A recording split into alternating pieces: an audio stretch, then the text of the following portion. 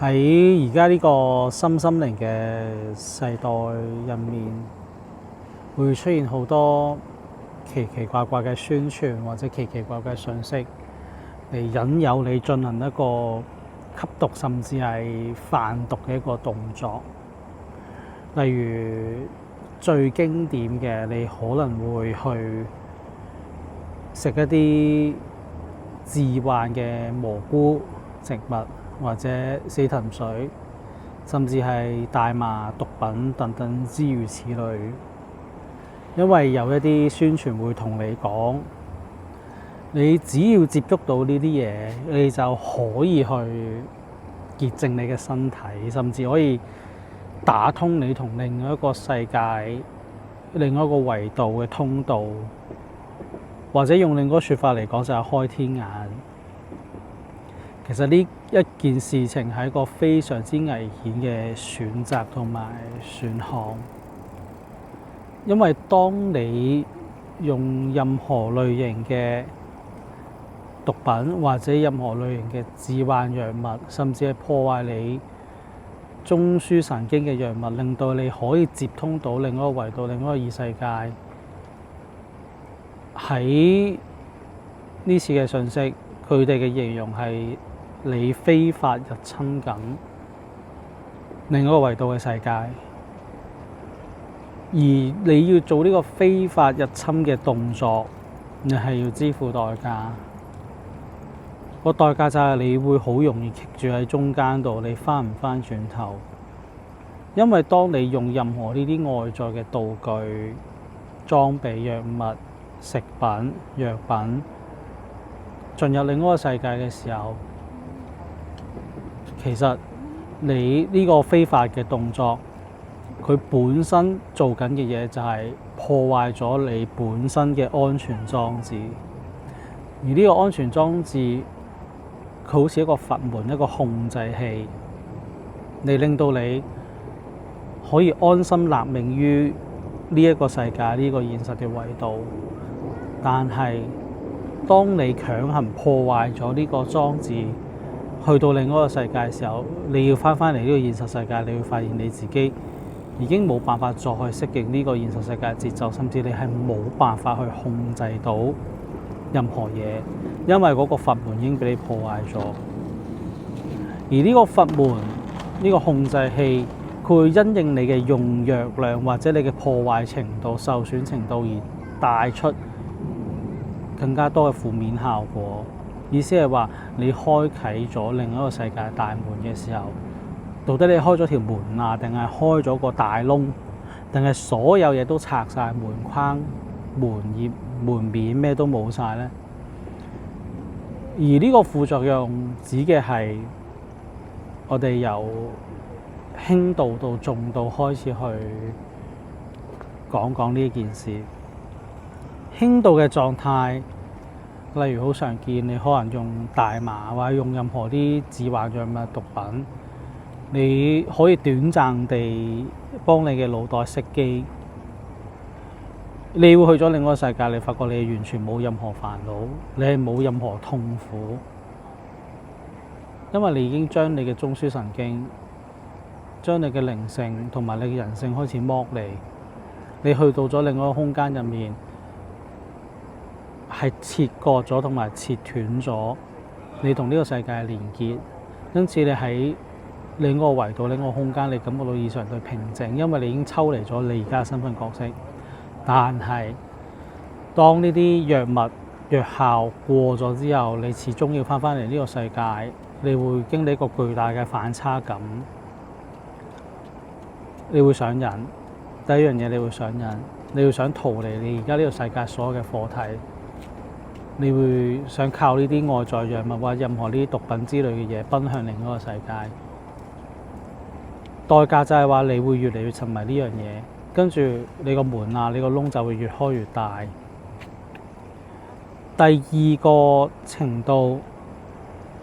你會慢慢發現你而家嘅步伐同你所想嘅步伐冇辦法同步，因為當你窺探咗另外世界嘅嘢，你可能好開心啦，或者你睇到某一啲嘢，睇到某啲未來、某啲路線，或者你某啲想法，但係你喺呢個世界係難以執行，因為另外一個世界、其他世界維度嘅時間流逝速度係永遠都會快過呢個現實嘅物理世界。所以點解你發現有啲人吸咗毒或者食咗毒品之後，佢腦轉得好快，佢去思考佢想嘅嘢，想得好多好遠，但係喺呢個現實世界一條毛都做唔到出嚟，所有嘢都做到一撇屎咁樣，因為係速度嘅差距所導致。你已經喺透過呢啲藥物去預示咗另外一個世界嘅嘢，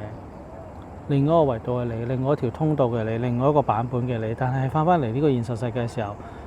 你會被無數咁多嘅現實嘅重力同埋無力感、困難課題去困住你。於是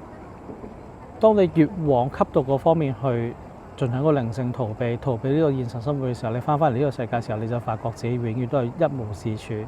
甚至你揾唔到任何一個立足點同埋發力點，令到你繼續 run 呢個人生，繼續運行呢個人生。跟住第三個副作用，喺現實世界嚟講，人哋會覺得你黐咗線，但係因為你已經破壞咗個佛門同埋通道越開越大嘅時候，你除咗用現實世界個支持就係你會幻聽幻覺之外，喺靈性入面，其實你因為破壞咗你自己個佛門，導致到你個感應系統出現異常地放大，你會好容易可以 catch 到、捉到、捕捉到、聽到任何人嘅內在心聲同埋佢嘅陰暗面，並且會放大得十分之犀利。即係舉個例子，例如有人會問你你點啊？要唔要協助啊？你可能聽到嘅就係話你個撲街，你個吸毒嘅臭蟲，你應該去死。喺現實世界嚟講，可能會有人同你講係一個幻覺，但係因為你破壞咗個佛門，其實你聽到嘅、你睇到嘅係另一個層次、另一個維度嘅陰暗面。因為所有嘢都係一體兩面，包括所有存在嘅人類，所有你經歷嘅嘢都係一體兩面，有正向有負面。而呢個就係你破壞咗個佛門嘅代價。當你越去吸毒，越去靈性逃避，你越去剝離呢個世界，變相你要支付嘅嘢，佢會令到你生不如死。跟住再下一個級別就係你已經冇咗任何一個叫做生存或者生活嘅意義。你見到好多嘢，你睇到好多嘢，你喜歡咗另一個空間、另一個維度，而你冇辦法喺呢個世界立足嘅時候，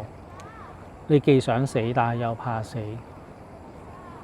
你要發現自己做啲咩都徒勞無功，就渾渾噩噩咁樣生存喺呢個世界，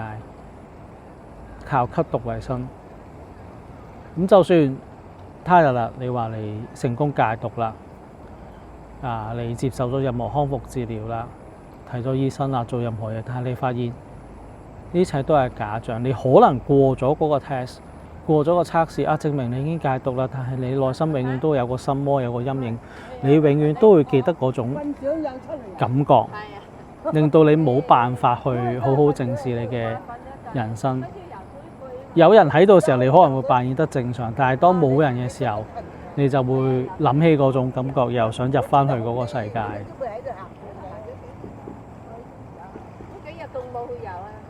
而你可以做嘅嘢，你基本上得兩個選項嘅啫。第一個選項，你繼續進行任何你所選擇嘅物理治療，或者你嘅戒毒，或者係脫離一啲藥物嘅控制，嘗試令到自己嗰個佛門或者你破壞咗嗰個神經系統唔好再衰退落去。第二樣嘢，請你放棄修復任何你呢個控制或佛門嘅念頭，因為係修復唔到，因為呢個係代價嚟嘅。你破壞咗就冇咗噶啦，你只能夠止蝕，但係你唔能夠話完全修復同埋康復。即係你永遠都好似感覺到有個窿喺入面。你可以做啲咩呢？你如果呢件事發生咗，你係去到個好嚴重嘅程度，而你又想喺呢個世界繼續生存落去，或者繼續完成你嘅課題，你可以做嘅嘢，照顧好自己嘅身體啦，早午晚三餐你都要去食啦，多去運動，多去曬太陽啦。你可能覺得我講緊個廢話，因為我冇同你講有啲咩魔咒，有啲咩咒術令到你恢復正常，亦都冇任何儀式祝福去做，而係你一定要令到自己可以透過呢啲好日常生活嘅嘢接地氣，似翻個人咁樣生活生存。跟住你照常嘅，你要運動就運動，要翻工就翻工，你要與人接觸就與人接觸。甚至如果你做咗啲都覺得自己有個窿嘅時候，你可以用你嘅能力去幫一啲比你差或者有需要你幫助嘅人，你可以透過向善嚟幫你同人、同呢個地球、同呢個現實世界產生翻個連結，令到你所謂嘅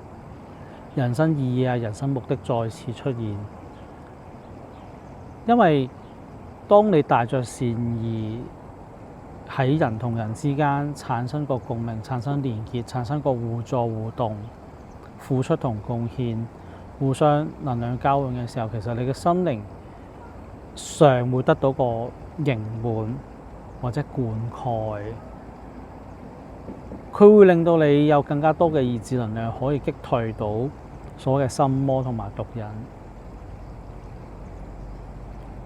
所以最後，如果你可以揀，最好唔好非法入侵靈界，或者唔好用任何呢啲毒品啊、吸毒啊或者藥物，令到自己可以睇到某啲嘢，因為呢個係非法嘅行為。現實世界佢係違反咗你嘅法律，喺靈性世界佢都係破壞咗你嘅安全裝置同埋安全法門。呢件事係唔應該同埋唔值得去做。咁當然你要為你自己嘅選擇負責任，呢個係冇得推嘅。只係呢度可以提供俾你嘅方法方式就係呢幾樣好接地氣、好簡單嘅嘢，你可以參考一下。